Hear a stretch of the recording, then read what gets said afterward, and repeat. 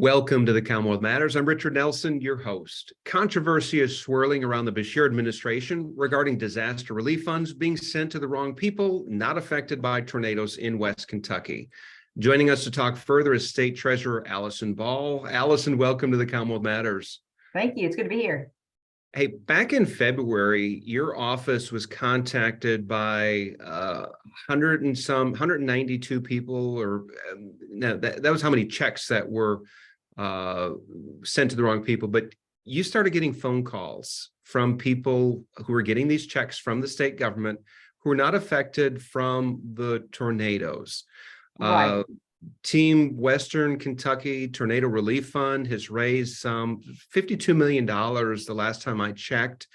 And your office is charged as the state treasurer. You're responsible for putting your name on those checks. And once you realize that people who were not part of the disaster and should not have been receiving the checks, you put a stop on those checks. Tell us what you did, because the reason why this is an issue is the governor, Andy Beshear, is saying this is politically motivated, that this is this recent audit that has been called for by the legislature.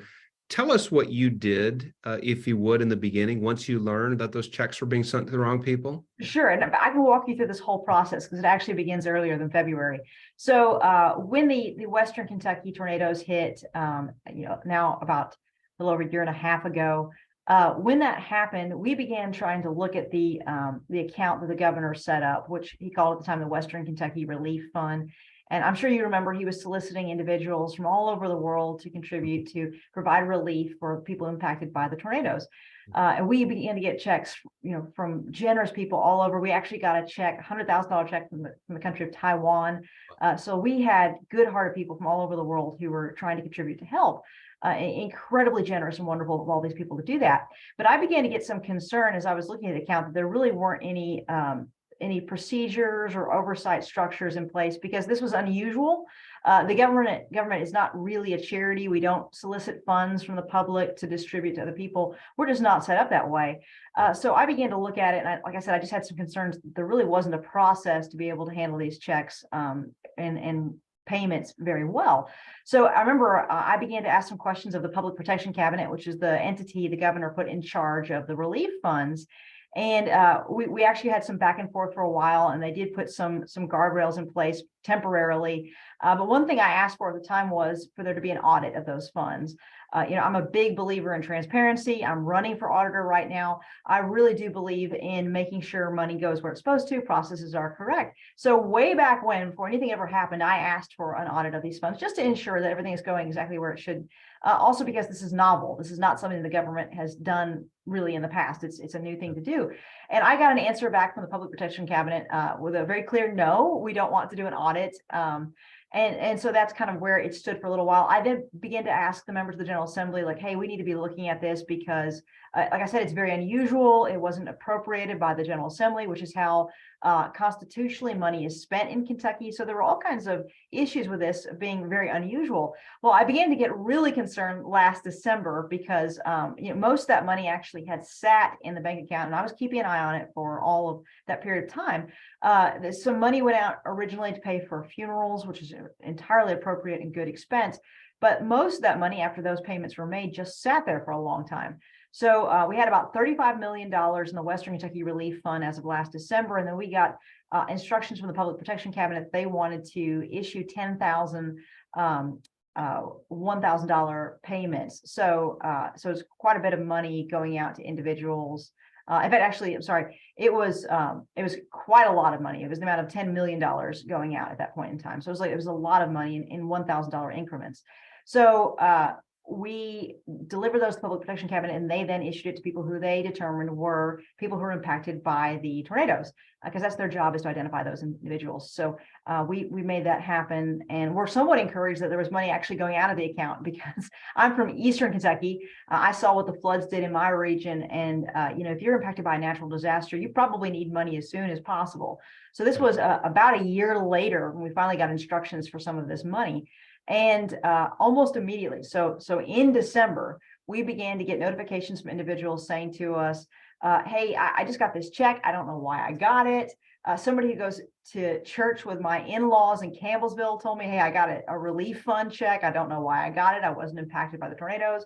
We had people in northern Kentucky, so in a region entirely unaffected by the tornadoes, say, hey, we've gotten these checks. So we began to get concerned as we started getting all these phone calls. And it ended up about 200, a little over 200 checks that we were notified by the individuals themselves saying, hey, we got these checks we really shouldn't have. And there's no way to know how many went to people that probably shouldn't have deserved it, because these are only the people out of the goodness of their heart who are honest people who contacted us and said, hey, there's a problem with these checks. So that confirmed all of my concerns that I'd had from the beginning about why you need an audit, why you need procedures in place, why you need oversight. And it's not saying anybody had bad motives and how they distributed this, but it's just good government. And the governor likes to say that this is a transparent system. This is a system that is accurate and works. And if you believe that is so, then you need to put things in place to make sure it is that way. So once I had this information in place, I really began encouraging the members of the General Assembly to deal with this, because it wasn't just my concerns about what could happen. I now know what was happening. And then Allison, yes, to that point, if I could interrupt. So sure. the Legislative Oversight and Investigations Committee, chaired by Adam Bowling, state representative from Middlesbrough, and then Senator Brandon Smith from London, Right. they wrote a letter regarding a review by the auditor's office of these checks that we're talking about. They said this in their letter: the committee has serious concerns about the due diligence and general oversight of the funds. There's a lack of transparency surrounding the solicitation, administration, and procurement rules regarding these funds, including but not limited to the establishment of objective criteria for the disbursement and subsequent disbursement. Now, they went on and they said a lot more, but they have requested an official audit by Mike Harmon. He is the state auditor. Andy Beshear's response at his press conference on Thursday questioned the timing of this audit. He says, look, the election's only 3 months away. Governor Beshear also asserted that the review will not be impartial because Mike Harmon ran in the GOP primary for governor. And he also called this grossly political. Does Andy Beshear have a point that this is a political maneuver? Well, of course he would make that argument. It's no surprise at all that when someone's called out on something, that's what they respond to. But again, at the end of the day, what is important about this is that money goes to people impacted by these natural disasters. That is what I have said all along is important. The governor has said that's what's important. He really should have no reason to not want audits performed on these dollars. If he really wants money to go to people impacted by the natural disasters, of course you want an audit done of it. I mean, why wouldn't you? Why don't you want people to have security and knowing that the money's going where it's supposed to? And why don't you want people to get that money? So, Allison, let me press into that. If you and the governor said we are for transparency, he is a believer in accountability, why would he not cooperate with you? Because what I heard earlier was that the Public Protection Cabinet was not willing to work with you when you first brought this to the attention. Is that to your attention? Is that correct? That is correct. That is correct. We've asked questions all along the way. They set up an emergency regulation that was temporary for the Western Kentucky Relief Fund. It expired. So during a significant period of this whole process, there was no oversight at all, or no guardrails at all. And again, they were never willing to conduct an audit on it. And if you really, like I said, if you really want this money to go where it's supposed to, it's not a slush fund. It's not a Governor Beshear GoFundMe page that he can send things wherever he wants to. And that's what he says. He says he wants it to go to people impacted by it. He says he wants it to be quick. We're a year and a half now, and there's still quite a lot of money. I believe as of early May, it was still in the tens of millions of dollars. I think it was over $20 million still in the account. So if you really want this money to go to people, and you really want this to be transparent, you really want this to be done correctly, you would be all for an audit. And of course, the fact that Auditor Harmon is from another political party is just the way it goes. I mean, people get elected to different roles. They have to do their job, whatever their political affiliation is. You have to do your job. That's a good point. So what would be a good resolution to this situation right now? Should there be better safeguards, better communication between state agencies such as public protection and your office? What would be the ideal resolution right now with this situation? Well, I think the things are being done that should be done. The General Assembly did pass a bill which put guardrails in place, put some procedures in place for ongoing in ongoing payments involving these accounts, and then also any future accounts that are set up like this. So the General Assembly has done great work on remedying some of these situations, and it's entirely appropriate for the auditor to audit and make sure these things are being done the way they're supposed to be done. What happened before this bill was passed? We need to know that too. We need to know, has money gone out to people that shouldn't have gotten it?